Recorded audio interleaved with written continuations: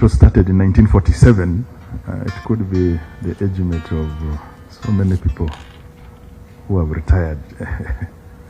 Let's proceed. Yes. Age is just a number. The hospital continues to offer services. Angura. Why are you always worried about age? Whenever they speak about age, the honorable colleague is very passionate about age. Age is a number, but he also has an impact on performance, so that should be on record. But we can proceed. Chair, And as you proceed, you should be, I should remind you that when Idigal was here, they told us that they don't have a machine that can give confirmation to the age of someone. So let's leave the issues of age at that. Let's proceed, Accounting Officer. Chair, the other contract Honorable Nsambo talked about is the is the oxygen plant. The oxygen plant contract is under UPDF, Engineers Brigade, and Ministry of Health. They have completed the construction 100%. The equipment are on site, but the installation is pending for the last 2 years. What does it take to, you said the installation, which is that delays for 2 years? Chair, the equipment is on site. The installation has not been done because the contract is by UPDF Engineering Brigade and the Ministry of Health. Yes, Honorable Talinga. You see, the accounting officer has a role in this. If the construction has been done, the equipment is on site, what is stopping the installation? What effort on your side have you put in to remind? Because is the contract terminatable, or have you taken effort to remind them? Is it a donation? Is it what is it? Because there is something you are not answering there. Exactly, Chair. I would also add to what Honorable Bazir has said. Is that oxygen plant having also two contracts, where one has been executed to the latter, and the other one is the one that is been lagging for the last 2 years? Are you the ones who contracted the UPDF? Is the UPDF donating? Where is your obligation as an entity? Because if you pay, what is the relationship between you and UPDF? Chair, thank you. Honorable Bataringaya, the contract was awarded centrally by Ministry of Health to UPDF. I think it was a directive, presidential directive, that these constructions will go back to UPDF. We have been having site meetings and they are minuted. So our role is the supervisionary role. Then the other contract, which is also under UPDF, is the construction of the radiology complex. It is almost 80% done, and I think we just had a meeting with them last week. So our role with UPDF is the overall supervision of the contract, because we are the owners of the facility. And the Chair, for your information, the oxygen plant and the radiology complex is for the region. It's not only for the regional referral hospital, but for the entire region. That means the oxygen will be supplied, the oxygen is meant for the entire region. The radiology unit will have mammograph, CT scan, and MRI for the entire region. Chair, you talked about power outage. Chair, yes. You see, we have had issues here where money has been budgeted, money has been, the contracts have been executed, money has been paid to the full, okay? Full contract paid, and then works are partially done. So my interest here is in this contract. What are the financials? Has the money been, because if somebody has been paid and is not being followed, he has no interest. So the burden goes on to the accounting officer or whoever was responsible for the payments, and then work is not going on. So we would like to find out what was the contract amount. We don't, was it paid, fully paid? Is there an amount? Is there a defects liability? And so many things. But what is stopping these on-site meetings which are going on? What are they resolving? Because you have not indicated whether you have in those on-site meetings decided that now, maybe by June, we shall have everything will be in place and the plant will be used. And you have not answered the chair's question. Is it a donation or something like that? Chair, maybe I start with you, as it is not a donation. The installation of the oxygen plant for UPDF started with the Kayunga. I think they have finished Kayunga. After Kayunga, they will come to us. It's not a donation, Chair. The money was paid fully to UPDF, not by us. It was paid fully to UPDF by Ministry of Health. 100% paid. 100% paid. It's not part of our budget. And then for the MCH complex, the money for the ICU part of the contract comes from The Ministry of Health. The one they released the last, which I mentioned, that they released in November 2025, they released 1.2 billion. One for operationalization of the MCH complex, and the 580 million for completion of the ICU. And that's why the contract was extended without cost. And then, for your information, Chair, the contractor has taken us to court for non-payment and delayed payment. We owe the contractor 3.8 billion shillings, which we must pay. Which contractor? The contractor for the MCH complex. That is... No, this is for the ICU. Yeah. Honorable Batirangaya, this is for the ICU. Masaka Regional Referral. Masaka Regional Referral Hospital, Honorable Nsamba. The contracts were awarded by who? Masaka. Honorable Nsamba, there are two contracts. One contract was awarded by Ministry of Health, that is the ICU, and then us, the Masaka Regional Referral Hospital, we awarded the contract for the construction of the MCH complex. But you've said that building is 100% has been waiting for the ICU. How come you've been taken to court? Yeah, because remember, there were delays. Honorable Chair, there were delays in payment. And the contractor had bank obligations. So he decided that since we delayed to pay him, we accrued this interest, and he's taking us to court. But we had meetings with the Ministry of Health that we shall solve this. How much is the accrued interest? The accrued interest, I think, is 3.8 billion shillings. Chair, can I continue? Proceed. Chair, you talked about power outage. Power outage has been... Chair, I don't want the doctor to run away so quickly.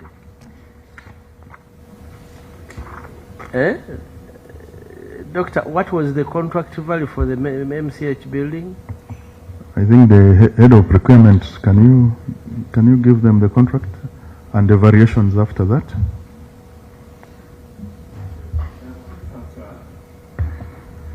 Yes, Chair. That contract was awarded at 9 million, and then 9 billion. Then there were variations there that summed up to 12 billion. Mm-hmm. So, and how long was it supposed to be? It was supposed to take also 36 months. That is from 2014. And why did it take 13 years? So I think what is... Because I'm looking at some connivance here. You start a building, you award a contract, you abandon it. Then tomorrow you're charging taxpayers 3.8 billion.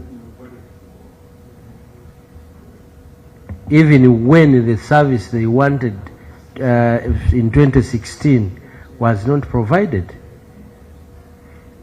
Is there any communication about the same since 2016 that you can show this committee? Accounting officer. Accounting officer, in regard to this HMCH, the Maternal and Child Health Complex, you are going to give us contract management documents, the exchange of letters that has been taking place between you, the funder, because we need to know who is going to lead to this financial loss of 3.8 billion of interest. Yes, we know the ministries in some instances have not been disbursing money for capital development, but we need to have evidence from you that something has been done by the entity for this MCH and the staff houses. You are going to provide details of that process of exchange of letters, contract management. Okay, Chair. Proceed. Thank you. You talked about issues of power consistency, yes, and our generators. Chair, we have generators and we have very big gasolers. The only issue we have is we have very low budget for recurrent and very low budget for fuel. Actually, we get about 36 million shillings per quarter, and that involves ambulances, involves generator use, involves medical waste incineration, involves transportation, and so on. So that money is not actually enough, for sure. Then, Chair, you talked about... Do we get incidents where power is off and we cannot afford to run the generator? Yeah, of late it has been terrible. Power has been going off either for about 10 hours, 8 hours in Masaka. And remember, we have to warm babies. Babies must be warmed until they walk home with their mothers. So those are some of the unfortunate incidences which occur. But Chair, the other thing is also power has become low. And it can be low for almost 12 hours. And this is very dangerous to our equipment, medical equipment. Remember, there has been an increase in investment by government in a high-end equipment for diagnostics. So with low power, you don't run it. And for your information, Chair, once power goes off, if it is in the laboratory, the entire cascade is wasted. You restart the process. Chair, there is also an issue of NICU. On the issue of power, that was a challenge too. Was it Chirudu? But as we are realizing that we must have constant power supply when it comes to medical facilities. Yeah, because I understand we lost some lives in Masaka because of issues of power. Honorable colleagues, for us who stay in that region, you can at times even have 2 days of power outage, 2 days.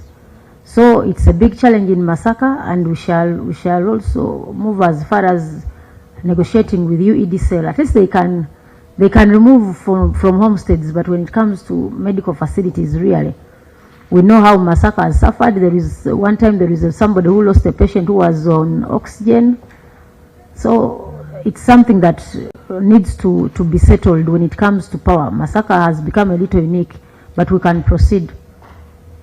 Chair, you brought out the issue of congestion in the hospital, and I think that one, definitely the hospital is congested because people seek specialized services, and the more investment government puts in regional referral hospitals, the more it attracts services. What's your bed capacity? We are at 385 bed capacity, but we admit more than that. We have floor cases everywhere, whether maternity, whether medical ward, whether children's ward, we have floor cases. So those are just for planning purposes. But the bed capacity is, the bed occupancy is more than that, and the capacity is more than that. The population that you serve, what is the population? Chair, from UBOS, the last census put us at 2.2 million population we serve. Okay. You asked about the issue of NICU. But yes. honorable colleagues, when he speaks about where I was looking into Masaka being underfunded, but when you look at Masaka, a 2.2 million population, you are getting 17 billion. We had 14. Anyway, we had in Naguru of a 4 million population getting a budget of 13. You remember? 13 billion. So we also need to question the rationale of funding these referral hospitals. Then you had in Mbarara with a population of 6.7 million minus the refugee camps, Mbarara gets 17 billion. So the rationale of giving these hospitals really funding by finance or Ministry of Health, one wonders what is the basis of who gets what. But you can proceed. We shall get the details of all those referral hospitals. Look at their population and then the budget that is given. It leaves a lot to really, it gives so many questions as to what do they depend on to really give you money. But you can proceed.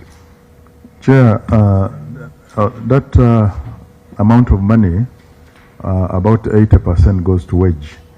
Very little is left for service delivery, other services delivery. You asked me about NICU. Chair, the NICU bed capacity is about 17, but we admit more than 38 on each and every day. That means these babies... Capacity of your NICU is 17? Yes.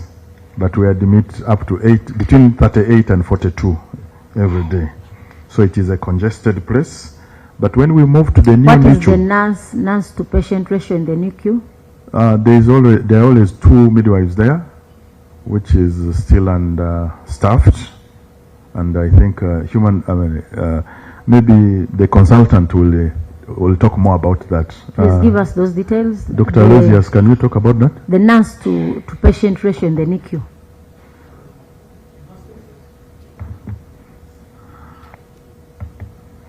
Thank you, Chair. In most cases, NICU is full to capacity. However, according to the duty schedules, 2 people serve the unit per shift, and there are 3 shifts in 24 hours. So that means every nurse takes care of how many babies, if you are to allocate them? On approximation, each nurse will take care of about 8 babies. Masaka is 1 to 8. Kawempe was 1 to 10. Chair. Yes, Honorable. Thank you very much. My name is Susan Amero. I'm the woman member of Parliament, Amuria District, and a member of this committee. Chair, it doesn't come to what the explanation the accounting officer was giving. Because if you say that the total number every day is about 38 to 42 children, and there are 3 shifts, and you're saying there are 2 nurses, so that means every nurse for 8 hours is having not less than 20 children. Now, when you tell me that every nurse takes care of about 8, so it doesn't make sense, because we are talking about these shifts at the time when they are in the station. How many children do they take care of? Because that is the time when they are in office. So now if you count even the ones who are off duty or the ones who are coming, it doesn't make sense. Could you clarify on this and tell us the truth? How many children per nurse? We have support of the intern doctors, the intern nurses. Yeah. So... Yes, Honorable Mwijuche. Yeah, Honorable Chair, when you go to health center 3s, you find some 2 midwives, health center 3. I'm wondering how we can have 2 midwives at the regional hospital, regional referral hospital. Those are nurses. They are midwives. 2 midwives. In the neonatal unit, eh? And they are handling 42 babies. Mothers. It's very unfortunate. Chair. Maybe, Chair, we should address the entire the staffing levels of the... No, the fact that he was speaking to the neonatal unit, we wanted to dispose that off. We are looking at those small babies. Dispose of the staffing, probably even in... So address the NICU issue, then we address the staffing across. Okay, Chair, I will give permission to the Principal Human Resource for that. To address Honorable Mejuke's fear. Honorable Mejuke, I hope I'm pronouncing the names correctly. The recruiting authorities are different. District local governments Very good attempt, thank you. The recruiting authorities are different. District local governments recruit their own staff. For us, we depend on Health Service Commission. And let me just give you an example. I do 800, on average, 800 deliveries per month. I do between 11 and 18 seizures per day in the Masaka Regional Referral Hospital. And I have only 32 midwives. Chotera has 82 midwives in the local government. 82. No, let's go slow on Yes. that. Yes. 800 deliveries per month. 800 deliveries per month. Is that okay? And I have 11 C-sections. 11 to 18 C-sections per day. And I have only 32 midwives in the hospital. And I'm comparing it to Chotera, which is a local government, and it has 82 midwives. So the recruiting authorities are really different. Ours, we depend on Health Service Commission. Thank you. Doctor, Madam Chair, Yes, how many Officer. bus does Chotera have per month? Because if you have the other record, maybe it would be useful to give us still, because we know that one's health center. And you taking Do you him have far any from his information related to that? mandate. No, it's not bad. But Doctor might be quoting Because Chotera already the as a answer is known. district. It is depending on local government vis-a-vis Health Service Commission. And I would pray that, as the owner was said, because that issue was already there. But my problem with you complain about public service, but we don't have documents attached. How you demand for that anomaly to be stabilized. It helps us a lot against the auditor's complaint. Doctor. They have on their responses, the book of responses, there are some documents attached, though. Do they speak to the issue of understaffing? You'll just refer us to the appendix that you speak to. So we take note of the gross understaffing in the NICU. So give us the general staffing. What is the structure? How many do you have? Chair, I'll give that opportunity to the Principal Human Resource. Thank you, Chair. We have 280 staff in total, and we are supposed to have 1,217. That is below 1,217. That is our total structure establishment. But currently we have 280, comprising of all categories. Okay. And the percentage is below 23. We are around between 21 and 22%. 23%. You can see it from here. The number is very small. It's not because of Ruela or Katonga, but the number is very small. Rela is under construction. That's why there are very few. But okay, but Chair, maybe allow me add that we have efforts and we are happy that at least our wage has been enhanced according to the IPFs that we have received for the next financial year, from 9.8 billion to 14 billion. That is about a difference of other 4 billion. And we hope to do much with that. And actually, we also got clearance to recruit for some positions, including midwives, and our submission is already in the Health Service Commission. So we are waiting to receive more staff as soon as the commission is done with the validation exercise that they have been undertaking in the past 2 weeks. so you'll give us details of the current staff, leave alone these other cleaners and what, the doctors and the, how do we call them? Medical staff. Yes.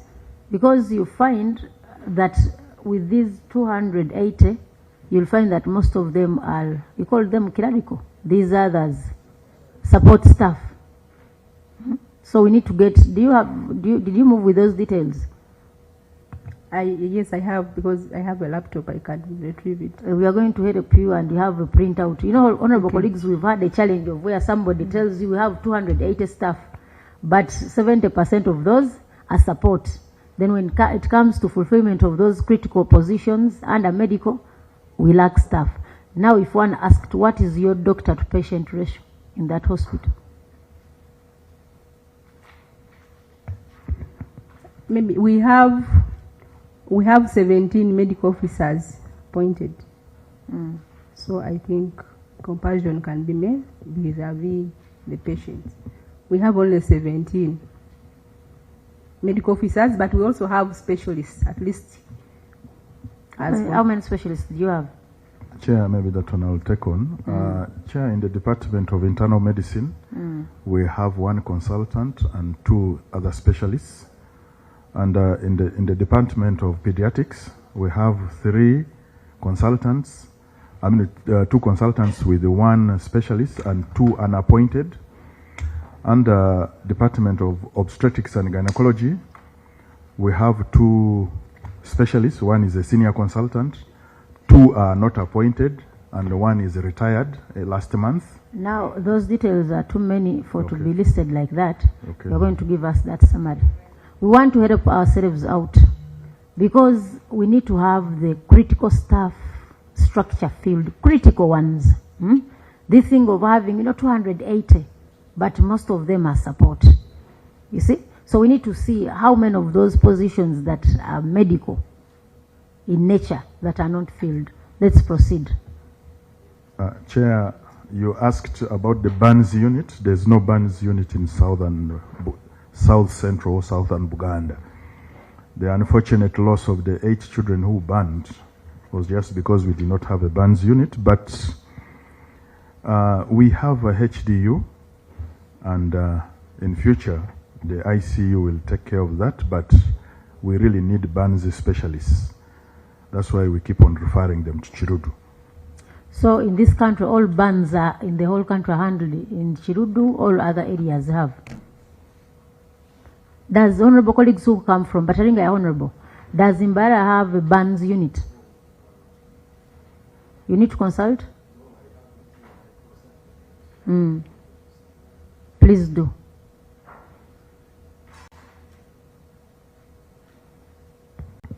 Chair, I would do, as is looking for, I would request the accounting officers, as they are saying that the shortfall has been asked. You will better know those documents that you have asked and they have allowed you. Because some of these things can be hearsay, and tomorrow, as you said, others they say 7. Is it? We have enough labor, and yet you have only support staff. I request them to give us evidence of the steps they have taken and what the ministry has done to ensure that the workforce is improved. Okay. Honorable Talinga, do you have the details of the bans?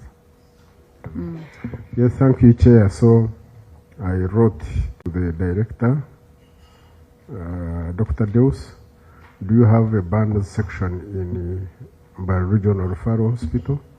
And he responded by saying, children with burns join the pediatric surgical theater, which is supported by Bethany Kids. Adults stay mixed with the rest of the adults in surgical patients. Hospital has 2 plastic surgeons from the university side. Thank you. 2 days are dedicated for plastic surgeries in a week. So that is the information he gave. So that means Mbara also improvises. So same will be to Masaka. Masaka needs to improvise. Chair. Yes, Honorable Bataringa. And Chair, there are many accidents, and even recently, where buses, vehicles burn. So for children in the schools, and then for children and students and adult going children in schools, and then those people, some of us who use motor vehicles along the roads. So burns section is very critical in these hospitals. So we need to pay attention to it. not only in Masaka and Barera, but across all the regional referral hospitals. So during the budgeting section, we should. So you should not forget to ask those other referrals when they come. Please raise it to know at least the status from them. Yes, Honorable Amir Susan. Thank you, Chair. The human resource was very excited about the increment in wage. I would also like to request that the human resource gives us a list of those critical positions that they would like to fill with that wage, because you might find that they've been given wage, and because they are seeing the critical positions as being expensive to pay, they go in for these cleaners and other class of workers. We want to see the list really, because we want to know what are their priorities if they are really considering to raise the staff levels in Masaka Regional Referral Hospital. So as you do submit the details of the personnel, please give us all those updates. Yes, Doctor. Chair, you brought about the issue of ambulances. The region has 48 ambulances for government of Uganda, and out of the 48, 40 are working, and the 8 are non-functional. The main challenge of these ambulances is the amount of fuel was dropped from 5 million to 1 million by Ministry of Health, and we still survive on the same fuel we have for the hospital. Remember, I said I get 36 million per quarter for fuel, for ambulances, for generators, for travels and everything. I get the same amount. So are you the one who fuels all the 40 ambulances? All the others are fueled by those different entities? Chair, each ambulance has its own card, and the card is given to either the local government or to the regional. So for here, I want to know the ambulances that are managed by you directly. How many do you have as a referral?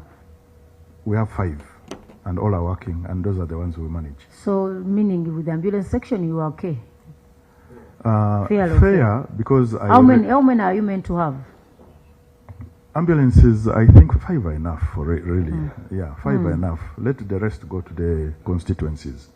Yes. Yes, Honorable Saungu. It was 5 ambulances, and what about the servicing, Doctor? Because if you say 1 million for fuel alone, that ambulance isn't it? What is its consumption from Masaka to Kampala, and the servicing, tires? We need to know that. Chair, Honorable Seungu, we have been discussing on issues of fueling, and I've been asking you to pay for your fuel. I think I have to be very frank on that. The 1 million is not enough. Yes. That is just 1 or 2 referrals. And the servicing is being done by Ministry of Health. Yes. But is it routinely done very well? It's done routinely very well, and the tires are replaced as per the mileage. Yeah, but Madam Chair. Yes, Honorable. We need to be very serious on the issue of fuel. You know, as is stating, I have bought fuel really for these ambulances, and the minimum is 500 by the way, to and fro, depending. Yes, 500, 400. I think that's what is required. But these patients, you leave alone the ones for where I come from, Kalungu, but where they don't have a name, where the MP is not aware that they have to travel. We need to take in interest in this. But you, Doctor, you have to tell this committee, they dropped that fuel from 5 million to 1 million. You give us the effects, and what would you propose for this committee to handle?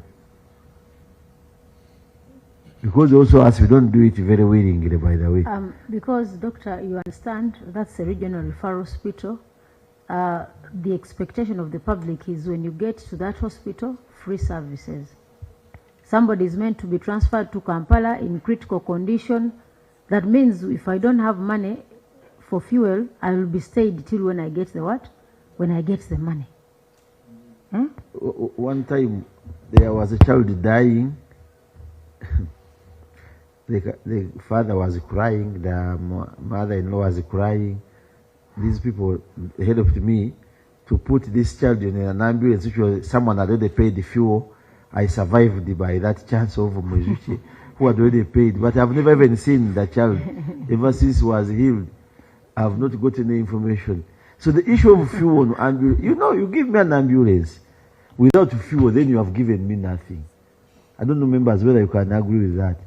A vehicle without fuel is... Honorable Wanda, as we conclude. Thank you. Madam Chair, the issue of fuel and specifically that cut is very significant. I think it's important that we get, did they provide an explanation for that cut? And even then, I think we should take more interest in it. Why should they cut fuel by such a percentage? That's 80%. Because it meant that all operations must also be cut by 80%. So I think it's a very critical matter that we need to take up. So for Masaka Regional Referral, we take note of the fuel, we take note of the stalled structures, those that have stayed for 11 years. We shall see what to do. I think for fuel, it cuts across. I think it will be a recommendation for all the regional hospitals. Even it given cascades downwards. They have talked about this ambulance, but there are also those ambulances that use a lot of fuel, like the water ambulances. For us, we come from the lake areas. They like my place, they gave us a water ambulance. But you know, it has not moved the patients because they have not given fuel. For now, 2 years, it's just parked there. Yeah. The other day, it was just a district leadership to use it when we were launching the ferry in Bukungu. We put fuel to come from Kagwara to come to Bukungu in Kamuli. Yes, they provided it, and I guess the same thing applies to the Masaka area because of the Lake Victoria and the Kalangala. So those water ambulances use more fuel than these ordinary ambulances because you find they're using 2 engines and big ones. So the fuel consumption, even at one time, in fact, that very day, I was asking the cow of Serere. They had to put fuel, and just because it takes only 30 minutes for me to cross from Kasilo to Kamuli. But you put fuel of about 500,000. Yeah, that's how the consumption of that is. So we make recommendations for these road ambulances, but there's also water ambulances. I don't know. So maybe I hope we shall enter. Does Ginger Referral has water ambulance? I also wanted to ask about Masaka. Do you have a water ambulance? How do you handle Kalangala? Because Kalangala is part of you. Yeah. Do you have a water ambulance? Chair, we have a watercraft, which is a water ambulance. The same issue, overconsumption of fuel and rarely used. I need to get in touch with the DHO of Kalangala. Yes. So you said it is this is a watercraft. The other one is an aircraft. So this is a watercraft. But why don't we call the road transport roadcraft? So because they have to make referrals from Kalangala to Masaka. They have to use it. And you know the population of Kalangala is not small, but then also islands are scattered. So they would really be getting but enough budget. Honorable, you also remember the challenges that we had with the maritime units when it came to police. So those are the things we should combine because marine has not been given attention. You saw the under-budgeting of the maritime transport within the police, very, very underfunded. There were some orphans there, orphan officers in that. They are not funded at all. Yeah? So if they cannot have a uniform, they don't have diving something. So the kids. So we need to have this as we also compare to the marine, the maritime unit of the police. So we take note of this watercraft. It is a new terminology. Please, let's proceed. Honourable Chair, you're outlining the issues on which we are taking note. I hope we don't forget the 23% staffing. Yeah, please. 23% at the regional level. It's very, very staffing levels. They're going to provide those details. So we proceed, accounting officer. This financial year, were you given any monies, additional monies for recruitment? They have, Yes, they have yes, Honorable Sample, we got money for recruitment, and we have submitted. from for 9 clearance. billion to 14 billion. Yes. So let's proceed. Yeah, Chair, the other ambulance which we really need in the region is the Type C. We have only 2 Type C. One was donated by Malteser. It is kept in Luengo, but as a body, there's nothing inside. And then the other one is private with the city ambulance. It is based in Zimbabwe. But we need, the regional referral hospital needs a Type C ambulance. Type C is just a theater, such that when you are... So how can Zimbabwe have a Type C and for you don't have at the region? That is private. For city is ambulance, private, eh? yes. City ambulance. City And ambulance. So Masaka Regional Referral Hospital doesn't have a Type C. Yes. Actually, it costs us 1.2 million to refer a head injury in critical condition to Mlago.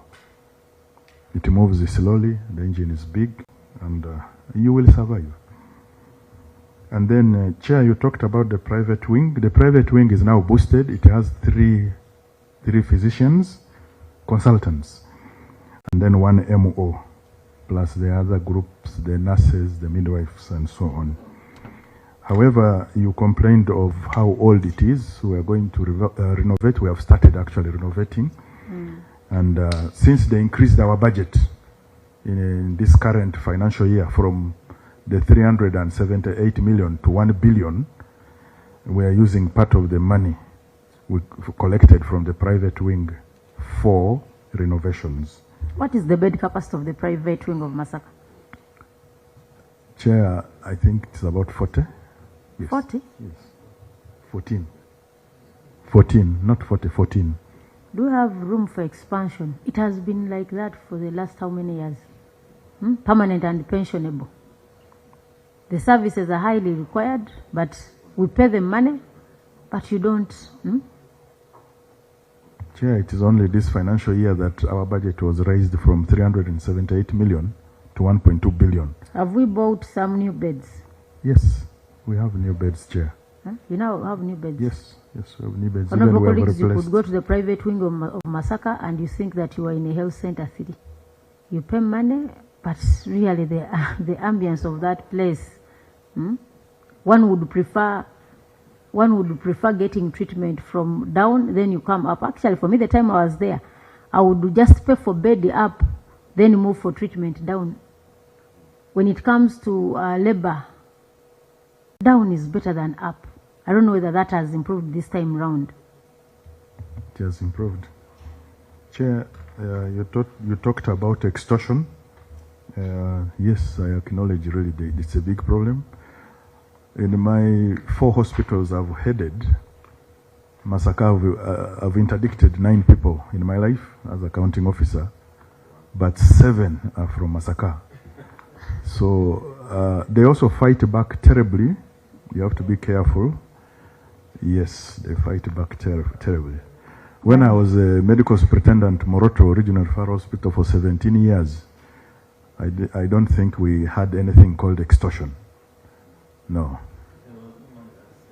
you know, Masaka, Masaka is unique in every way, They normally You're in the say, city. Masaka does things differently. It's a different style, but that's not the way we should do things, It is a very big problem in Masaka Regional Referral Hospital. Corruption. The songs are defecting you. So, Doctor, we pray that you really fight that extortion, especially in the labor section. Maternity. I would also request to say something about that. There's zero tolerance to extortion in the hospital, mostly in the maternity department. Definitely, there will always be those vices. There will always be people who will take us off our main course. But we try, and we've put steps to try to eliminate that habit from the house. We have a rewards and sanctions committee. We have suggestion boxes. We've pinned we've pinned phone numbers of responsible people to handle that problem, at least to the sensitive areas of the wards. We've put cameras in some of these sensitive spots where exchange or communication could be. So I think we are doing our best to halt the behavior. Okay. Thank you. Update us about that tent out there at the maternity section. What happens when it rains? The mothers sleep out there?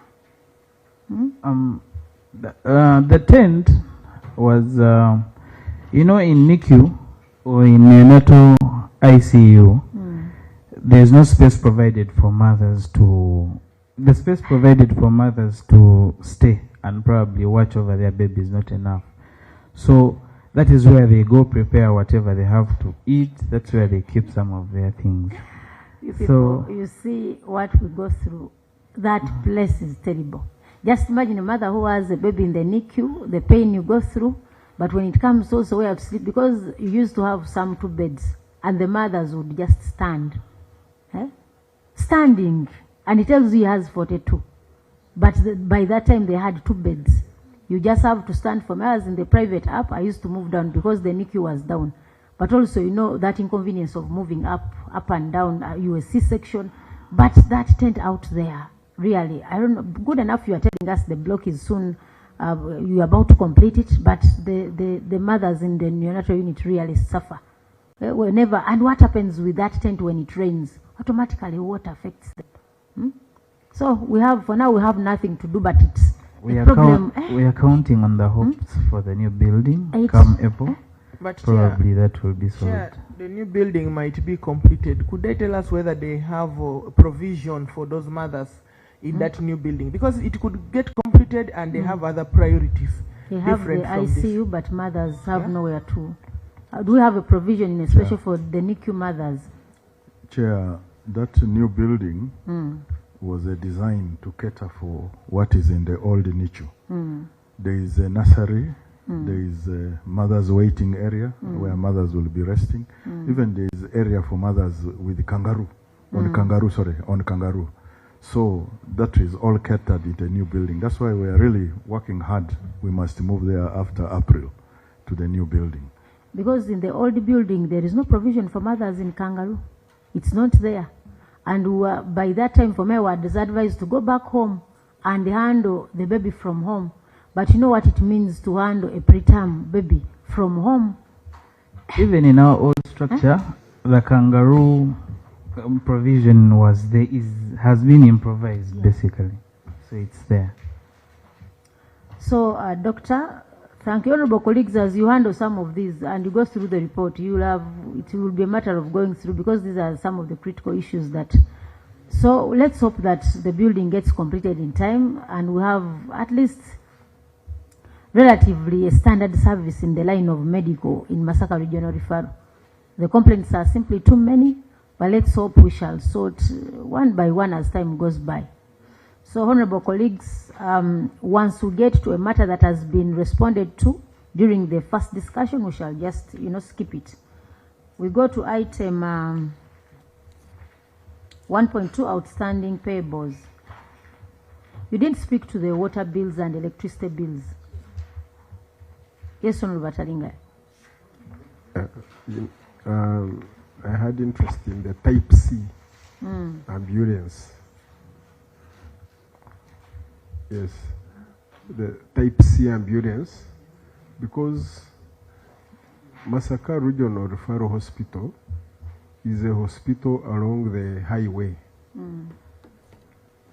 And a highway with many accidents. Before people are referred, I'm sure people first go to the hospital, they are assessed, and then there are those that need referrals. But those referrals need attention along the way, as they maybe let's assume they have made a referral to Murago or the hospitals around Kampala. which may have better services. So I want to pick interest in to ask the director, what steps are you taking to ensure? Because we would like to see some evidence that you are making an effort to acquire a Type C ambulance for your hospital, because it is a critical equipment that is needed. Then, Doctor, what is the bed capacity of our emergency area? It looks to be small. Every time you get to that emergency, very congested, the beds are finished. What is the capacity of our emergency area? Do we have provisions of expanding, or that is all we should have? Chair, maybe I start with yours. Our emergency currently has, I think, 7 beds. And those 7 beds with the ICU of 10 beds, I think when we triage well, that could be adequate. Because once you are critical and you have been, you are triaged and you are critical, you will be migrated to ICU. There is just for stabilizing, but we have only one HDU unit, high dependence unit. To come to the question of Honorable Bateringaya, yes, we have written to the ministry and we are in constant discussion of having a Type C ambulance in that region because of the 2 bifurcation of highway, and there's a lot of accidents on that. Water bills, electricity bills, so, as we conclude. Chair, let me finish. And what we have done is we have started sending our surgeons to Mulago for 6 months, and then Mbarara is also doing that, so that we can have people who can now attend to head trauma, head injuries. Yes, water bills, we still have utility bills because of increased investment by government in high-end diagnostics. So the CT scan, the digital X-rays, and so on, they consume a lot of power. And then for water, definitely the population is extremely high. The patients are too many. The attendants are too many. Those are the things which consume water. But we are also collecting water. We are collecting rainwater. We want to use the rainwater for cleaning purposes and for worship purposes. Thank you.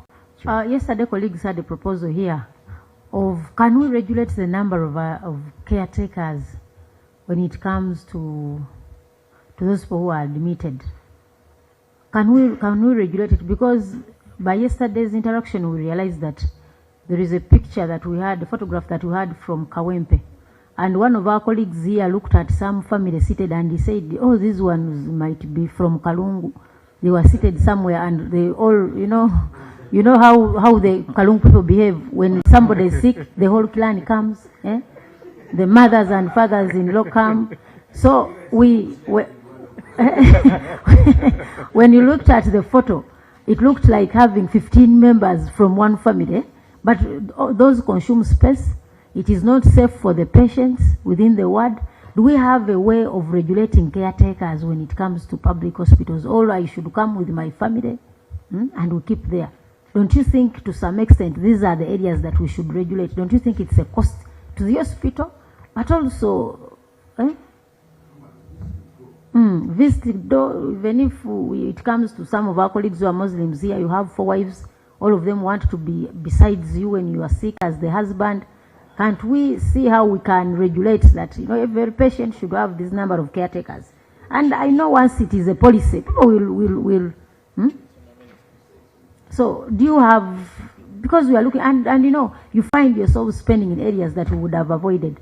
Those will put pressure on the sanitary spaces, toilets and what, even the water, the electricity.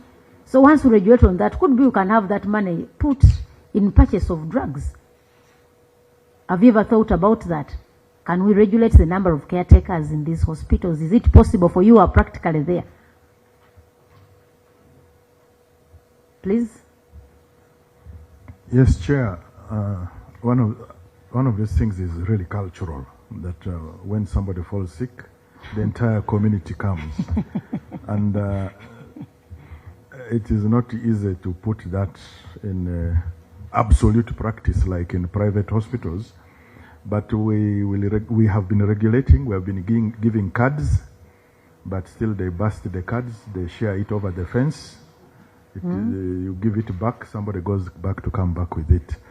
So we shall fight it, and we shall make sure. So if it's done in a friendly way, once this is exchanged by a service, people will abide. Because if somebody is shown that, when we do this, we reduce here, and this is an investment here, people can abide. The only challenge is if this is denied of me, how do I gain out of it? So because it's for the benefit of every one of us, you see. So we go to outstanding payables. Though you did not give figures of do you have areas? Anyway, we are coming to areas. Yeah. So you have these outstanding payables. The author noted that the payables alone increased from 641 million to 848. Chair, with your permission, I think I will give the accountant, since he's more comfortable there. Okay. We'll do work on it, yes. Thank you.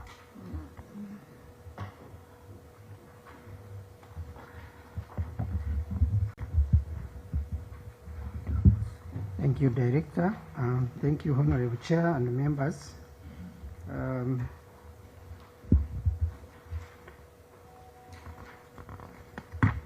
The auditor's observation was that the domestic areas increased from 0.64 billion to 0.8, representing a 32% increase as at 30th June 2025. And as per his recommendation, the auditor's recommendation was advise the accounting officer to engage Ministry of Finance, Planning and Economic Development for budget allocation for payment and clearing of these domestic areas in the subsequent financial year. As the Director had explained, the accumulation of these areas is primarily attributed to sustained investment in hospital infrastructure, diagnostic services, equipment, and human resources for health, which has driven increased demand for hospital services. This is further compounded by the population growth. There has been a marked increase in utility consumption alongside high maintenance costs and steadily rising tariffs by service providers over time. But all these are against our static budget for more than a decade. Our budget has been static, and yet these services and utilities continue to grow. To expound on the figures, we carried forward areas of 828 million from previous financial year.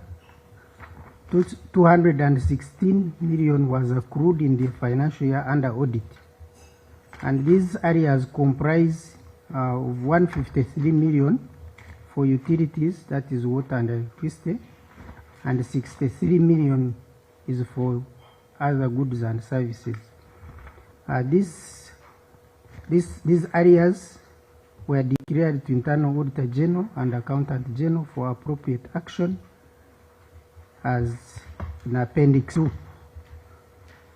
And for guidance, honorable members, the responses run up from page 1 up to page 30. Then from page 30 onwards are the appendices.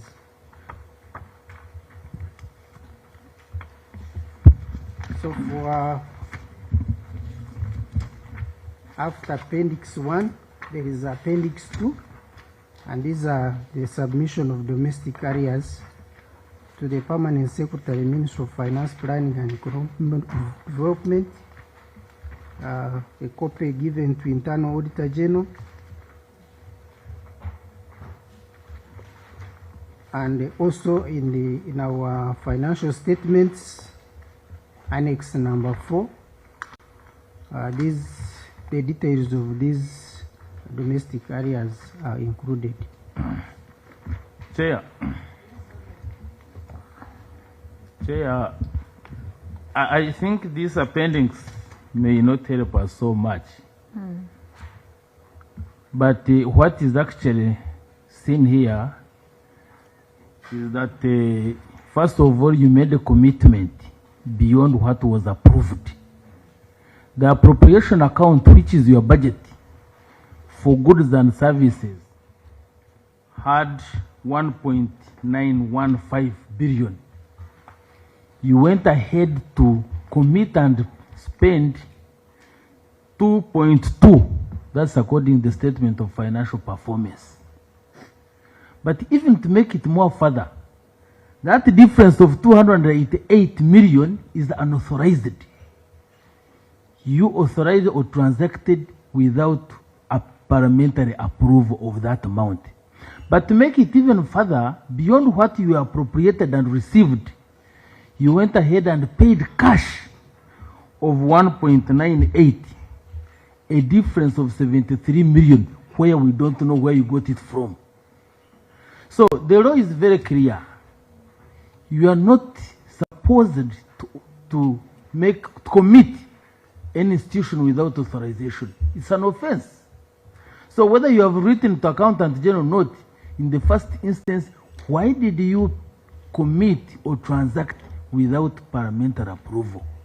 So there are on basically two issues that arise there. One, that commitment or transacting without authorization. Two, paying money beyond what has been appropriated to you of 73 million.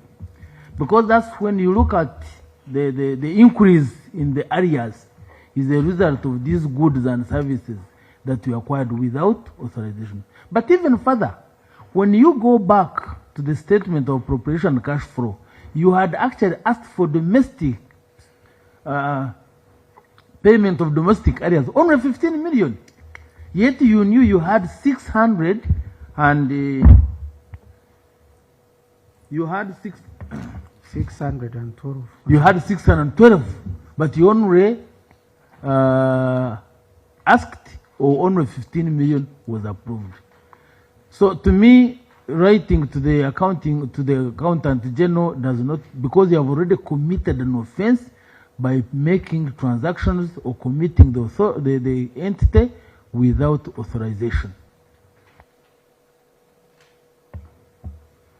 Thank you, Honorable. The other members may also want to add something. However, what I may say, one is that these are utilities to the hospital, water and electricity. We have a good understanding with them that disconnecting these services may interrupt service to the hospital. No. And, wait a minute. You make a budget. You know how much electricity you have been consuming. You know how much water you have been consuming. You put it in your budget. And it's appropriated to you. Now you cannot tell us that you made less in your budget of what you consume. That's poor budgeting. So you cannot say that these are utilities as if you didn't know you would incur that cost of utilities and have it in your budget. But we see your budget appropriated 1.98 billion, which include those utilities. If you want, you can even go to the details and show us how much was electricity, how much was water and other utilities. Now, if you asked or budgeted less electricity than you normally consume according to the trend, then that is poor budgeting. What was the basis for budgeting less?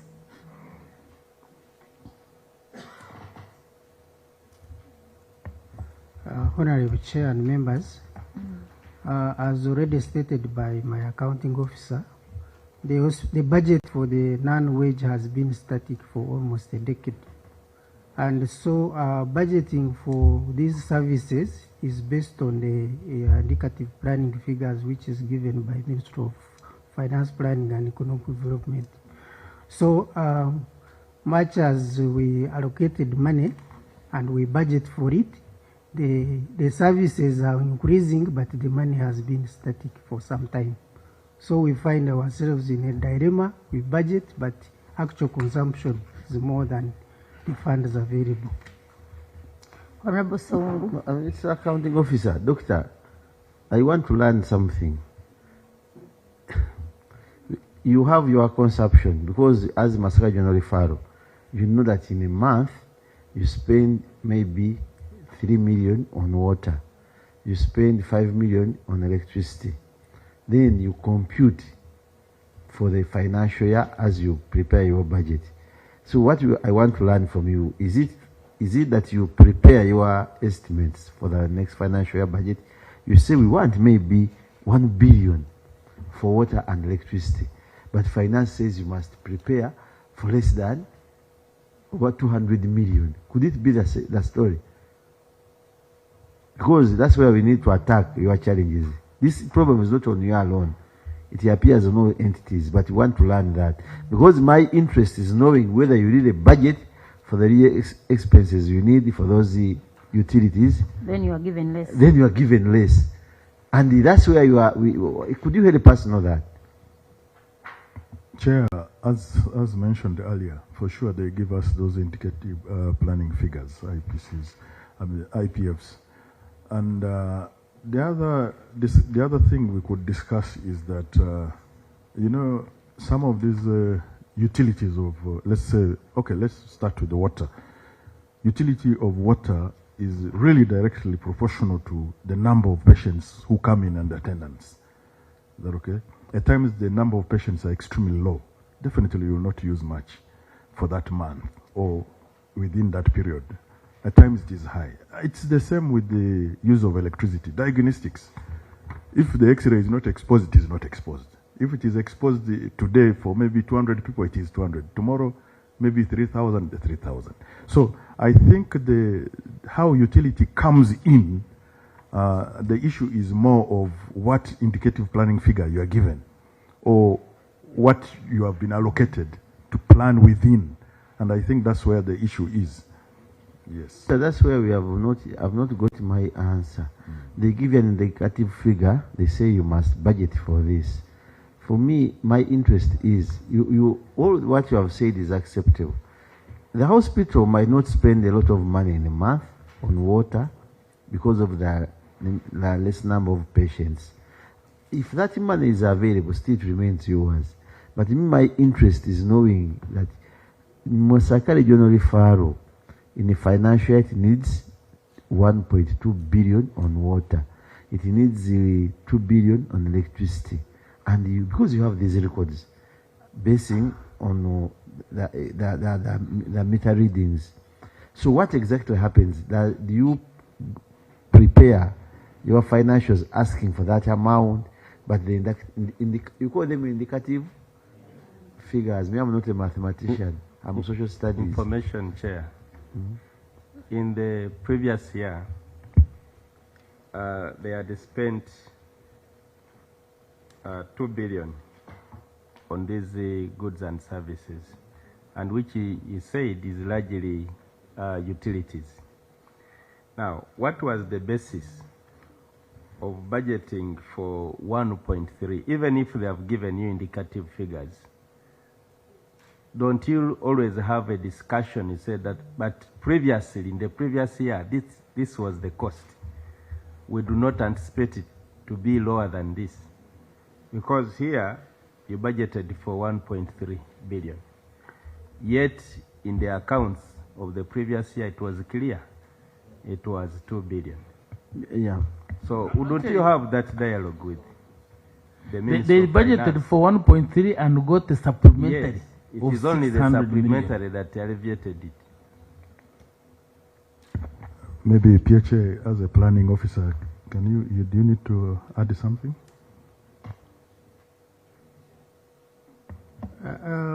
Honorable Chair, the supplementary of 600 million was for the medical equipment workshop, which is tasked with maintaining the medical equipment for the whole region. So that financial year, medical equipment had not been financed, and we asked for that supplementary to to cater for medical equipment repairs and spares for the region. So it was not for utilities. Yeah. And secondly, for us, we are taking you by your word. You indicated that this amount is largely for these utilities, and that's why I put it plainly like that. So that means I think we revert to the original budgeted figure of 1.3. So what was the basis? Even when the previous year had indicated that you needed much more than that. I am not thinking that the Minister of Finance can't listen when you tell them the position of the previous year. Honorable Wanda, we are here when PS Gobi told us money is not a problem. Then we said, no, when we asked him, then why do you underfund some entities? Then he said release is dependent on cash flow. That is what, yeah, he said money is not a problem, but when it comes to release, he tells you money is not a problem, but when it comes to release is dependent on the what? On the cash flows. Honorable colleagues, if you take note of utilities, yes, it has been a challenge in many entities, but and in domestic areas, most we had Ginger is coming, but the other time Ginger had domestic areas of close to 1 point something billion. That was for Ginger that time. That's why we are telling them improvise. So for me, the general take home is finance should be considerate of some of these areas when they are giving IPFs. Remember, when they give you an indicative figure, these things of negotiations, you know, when these people come to committees and have unfunded priorities, you recommend that they should be given more money in these areas. But at approval of the budget, because there is no an extra basket where they should be given money, it comes back to the original budget as was. So if he tells us that for the last 3 years the budget has been static, we've been seeing these things here. A couple of activities falling under unfunded. So the only thing we can advise is improvise on issues of water, harvest water, have sensitizations of the patients on how to use water. We've seen patients, somebody puts on a tap, leaves the water leaking. That should be part of your sensitization services within the hospital as we look out to negotiating for bigger budgets, but not bigger budgets for wastage. You should also limit the wastage on your part. So, honorable colleagues, we still have... But Chair, you can't also rule out that money was appropriated and used, I don't want to use the word misused, and used for other payments, because you know utilities is something that you would come out clear and say, we cannot fail to incur this cost. Why am I raising this? It is seen from here that 73 million, which was meant appropriated to you for goods and services, was paid in the cash flow outside what was given to you. What was it paid for? And where did you get it from? Because if you are paying from your budget, it means that whatever you have budgeted is exactly what you incur. So where did you get that money to pay from which cost center? So when we leave it at that, because people know utilities, everybody will know electricity, water, you can't do without them. Now money meant for that is used for something else, right? And you leave that one unpaid. But you need to understand that the law is very clear that unauthorized commitment and expenditure is punishable. It's an offense, it's in the law.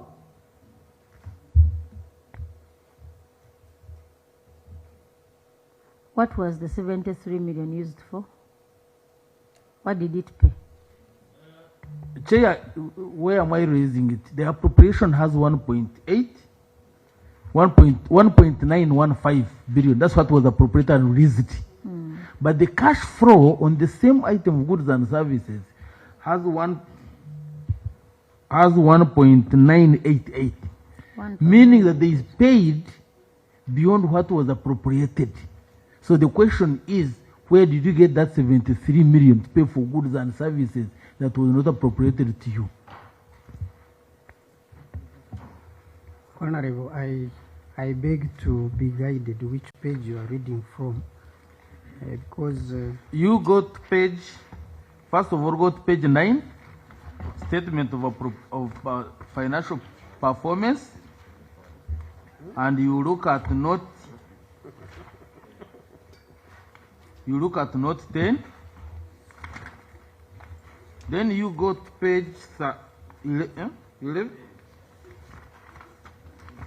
Page 11 on the cash flow.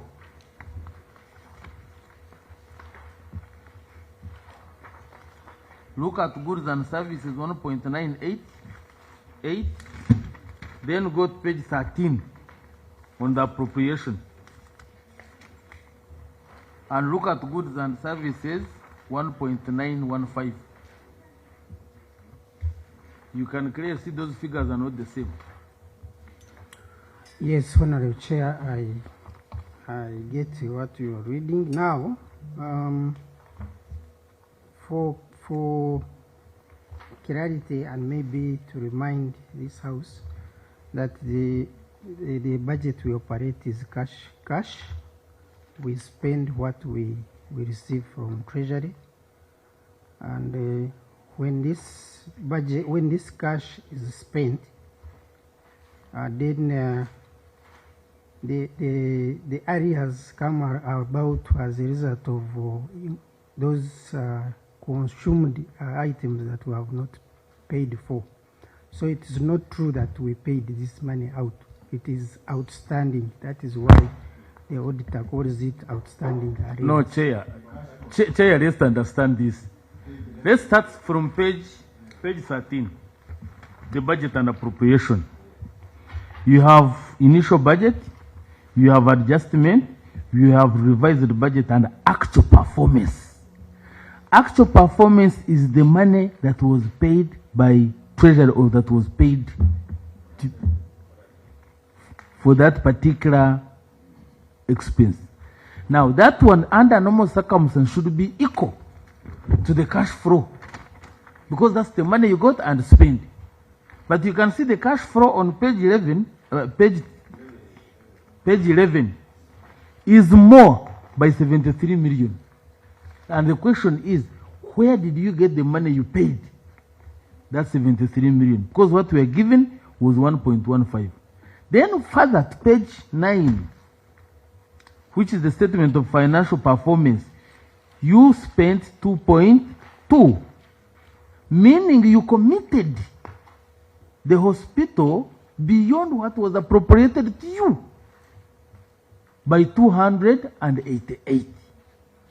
Because the difference between 2.2 and 1.15 that was appropriated to you is 288. So the three offenses you have committed, one, want to know where you paid the 73 million from. Where did it come from? Because it was not appropriated to you.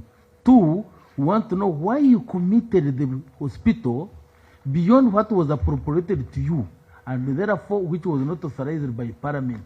Because all the money that is supposed to be spent under the appropriation account is authorized by Parliament. And any money spent or committed beyond that, it's an offense. Accountant. Thank you, Chair and honorable members. As for the cash flow, on page 11, what was received was 1.988, and when it comes to appropriation, when it comes to statement of financial performance on page 9, it's true the financial performance includes even the domestic areas outstanding, which we have not paid. So the question of why we committed government is, as we have explained, the domestic areas for utilities and water supplied to the hospital is unavoidable because we continue to consume electricity and water even after payments have been exhausted. And it is our obligation to declare those expenses. So the figure of performance vis-a-vis cash received is higher, yes, because we included in it outstanding commitments which we did not pay for, but which we incurred. So the reason why we overcommitted government is, as accounting officer has explained, that the The budget has been small and services are continuing to increase over time. Honorable. I think, Chair, we need further understanding, because from the auditor's explanation, the utilities only took, actually from your own explanation, the utilities only took 153.1.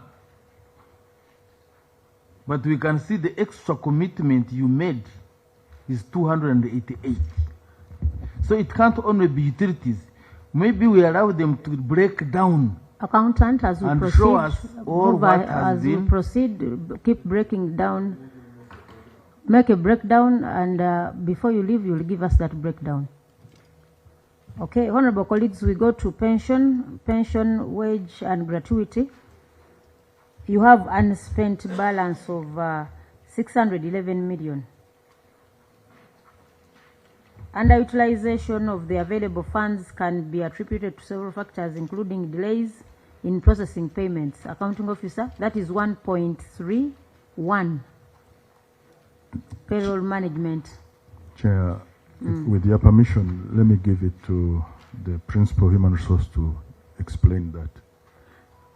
And accounting officer, as we do proceed with, you do proceed with the administration of that hospital, if there is something that we are passionate about as statutory obligations, issues to do with gratuity, issues to do with pension, that is somebody's right.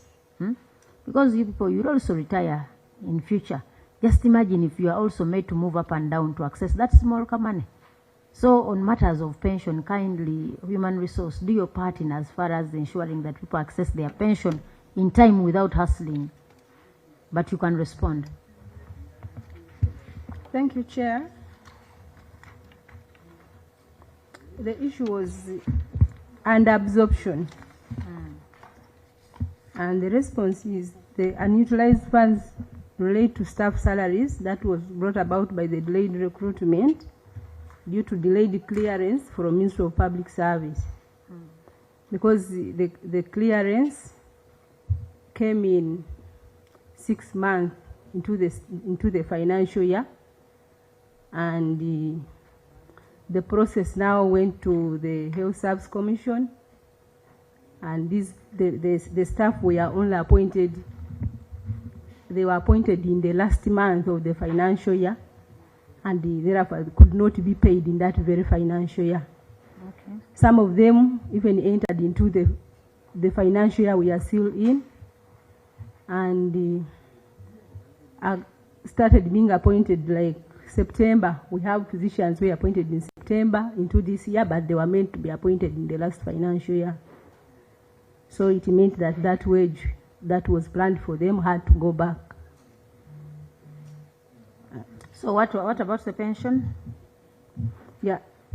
On the pension side, there was the performance wasn't bad, 97%. Yeah.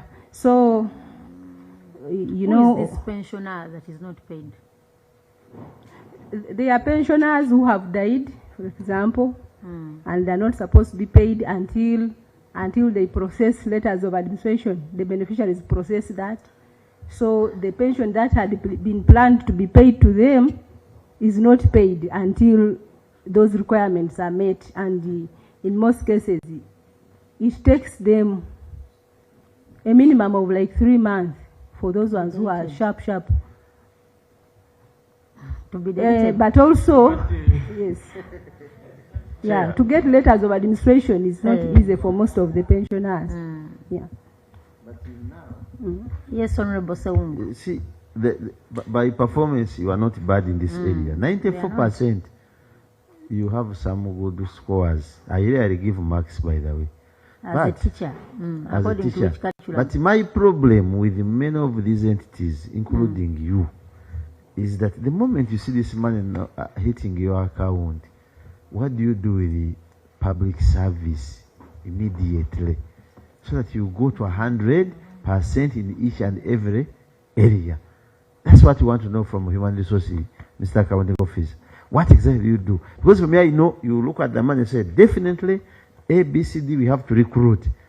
When you leave this place, we get calls and messages from a number of people. I'm not mentioning specifically Masaka. They say, no, me, I applied by the very time, but I was not given a job. But we are seeing there's some money which was swept back, which would have given. Because me, I'm interested in you not having such queries appearing again. But the only way they cannot appear is by tendering in your evidence to the auditors once they arrive. That the moment we saw this money, we wrote to public service to come and do the due diligence of recruitment. And they did not respond. Because me, what I'm sure of, Madam Chair, many of these ministries, including public service, finance, when you write to them, they don't respond. But also, even you don't write. So who is to blame between them and you? The evidence must be tabled by you before the auditors, and you could say, when we gave them these letters, we will not be expecting these queries to come. Me, I'm tired of seeing every day, every financial year. So, honorable colleagues, as we proceed, you'll just submit the details of the submissions that you made in regard to staffing, because the biggest percentage of your money falls under staffing. But at least we commend this team for performing somehow well on this. The performance is not bad, save for the recruitment, because the biggest percentage falls under salary. And you know the rate of unemployment that we have in this country. You deny your colleagues an opportunity to get employed. So please make sure whenever you have wage, utilize it. So, honorable colleagues... Say on yes. the same issue. Yes, I appreciate that the money that was budgeted, they could not utilize it because of late recruitment. But when you look at page 13 of the financial statements,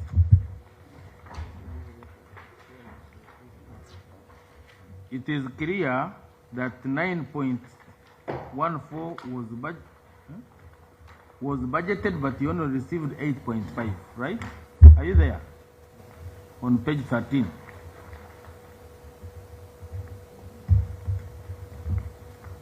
I want us to go together. Page 13, look at compensation of employees. You had a budget, approved budget or revised budget of 9.14, but you received 8.5, right? And that means that because of the late recruitment, that's why you never got that money, right? Are we together? It crossed 600 million. Are you there? Yes, Honorable. Now, but when you look at other statement of financial, the statement of financial performance, despite receiving 8.5 billion, you paid 8.7 billion. Now, money was not given to you because you had late recruitment. But now you're paying more than what was given to you by committing the institution by 147 million. But further, when you also look at page 11 on the statement of cash flow, the actual cash that was paid for compensation of employees is 8.7 billion. Slightly bigger difference, a difference of 144. So the question is, if you get less than what you had budgeted because there was late, you could not recruit in time, then why did you spend beyond what was released to you?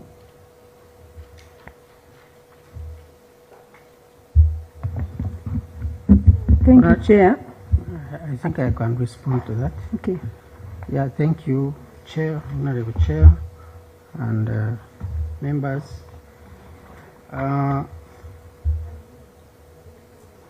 The statement of appropriation and the statement of performance, the figures are differing because of the classification of in the chart of accounts. Whereas on the statement of appropriation, the compensation to employees is specifically for staff salaries. When it comes to the statement of financial performance on page 9, The 8.7 includes other payments to staff, like allowances,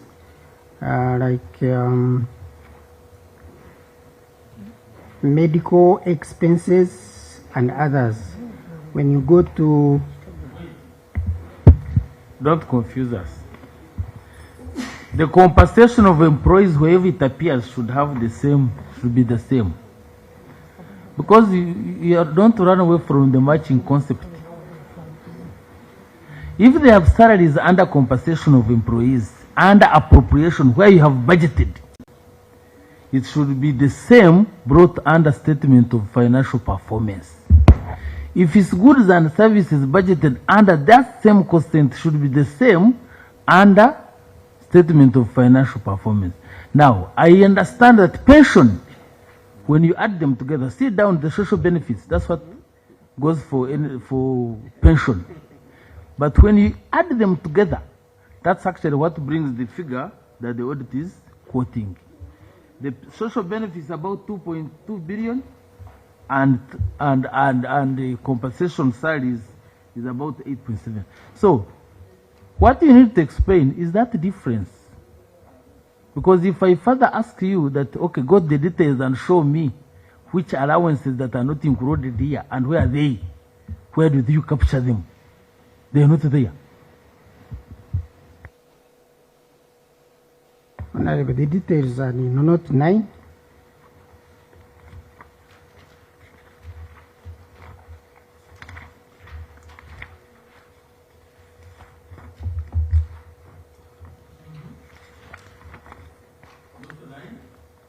Yes, note 9 is on page 25. So Note 9. Yes, you can see that we have social contributions, 9 million. We also have wages and salaries, 8.7. So those are the details.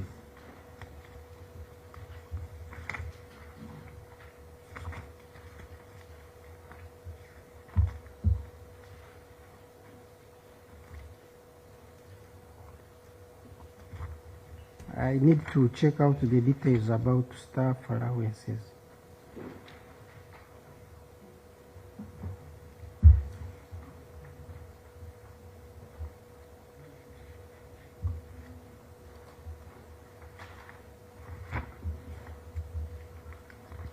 Because that is where the 8.7 comes from. It has wages and staff salaries. And for your information, Honorable, let me first maybe let me understand this. Let's go to appropriation account, page 13. According to explanation, the 8.5 does not include allowances. Where did you budget the allowances? Show us that row.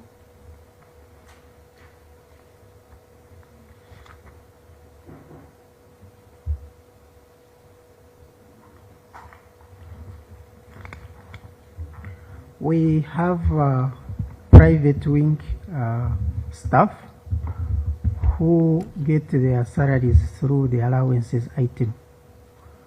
So Minister of Finance directed that staff who are not recruited centrally, who are paid locally, their salaries be paid under allowances item. They show me that item, that row, where you have that budget in the appropriation.